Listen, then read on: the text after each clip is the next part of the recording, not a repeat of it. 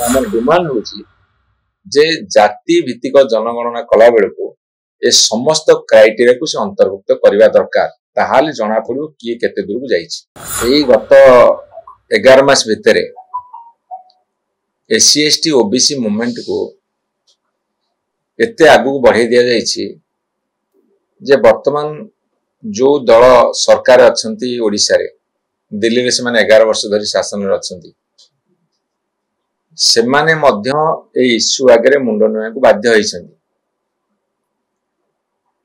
कांग्रेस दल मध्य आगु आछि अन्य दल माने मध्य आगु आछन्ति। या होची भारत वर्षर जो कथा को अवॉइड करि हबनी ताहाकू ग्रहण करिथोर हम खुशी काना 90 मसिया रे जेतले मंडल कमिशन लागू हैला पछुआ वर्ग को न्याय देबा पई 90 मसीह 2025 मसीहा पर्यंत 35 वर्ष लगी गला भारतीय जनता पार्टी को बुझा जे जाति व्यवस्था ए देशर प्रगतिर मुख्य अंतराय सृष्टि करुछि मुख्य प्रतिबंधक एवं से माने सेही जगह को आछन्ती एवं जेतेबेले देखिले तांकर जो धर्म को लेकिन राजनीति और दाना बांधुनी अयोध्या रे राम मंदिर करने पर से चारिपटे जेते सीट थिला 6टा पार्लियामेंट सीट से हारी गले तेणु सी बाध्य है कि जहा वास्तव समस्या भारत वर्षर जाति प्रथा घृणा ये सब कथा को दूर करने जो प्राथमिकता ताकू से ग्रहण करने बाध्य होइछन्ति एवं जाति जनगणना करिवे बोली कहिछन्ति एवं कांग्रेस दल मध्य ताको आगु बढ़ाउछि ए इश्यू रे बिजू जनता दल बहुत आगे अछि आमे ताको आंदोलन को गढ़ी तोलिछु।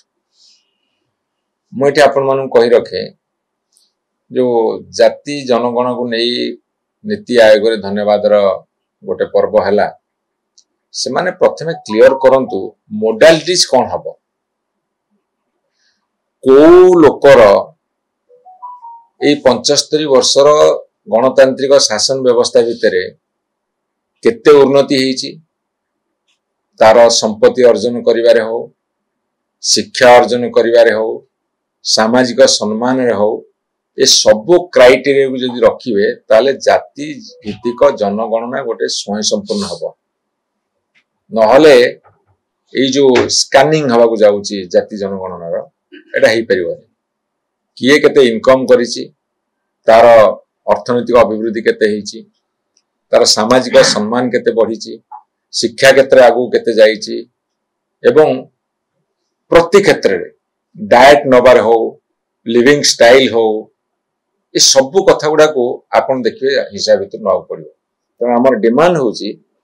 जे जाति भित्तिक जनगणना कला बेलको ए समस्त क्राइटेरिया को से अंतर्भुक्त करने दरकार ताहाले जना पड़ो किए केते दूर को जाइछि किए अधिका भाग पाइछि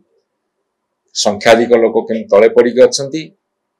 ए सब कथा बाहरी आसबो नहीं सरकार दान श्रेय नियंत कि मना करूछि मु तो विधानसभा भितर कहिछि वर्तमान कहुछि जदि श्रेय नबार राजनीति होउछि ताले से तो वर्तमान दिल्ली रे अछंती भुवनेश्वर अछंती भारत रे अछंती राज्य रे अछंती ना नबाकू तांकर वर्तमान सबटु अधिका सुयोग अछि तेणु से नहीं जानतु से कहीं कौन किए ना नबाकू चाहूँ।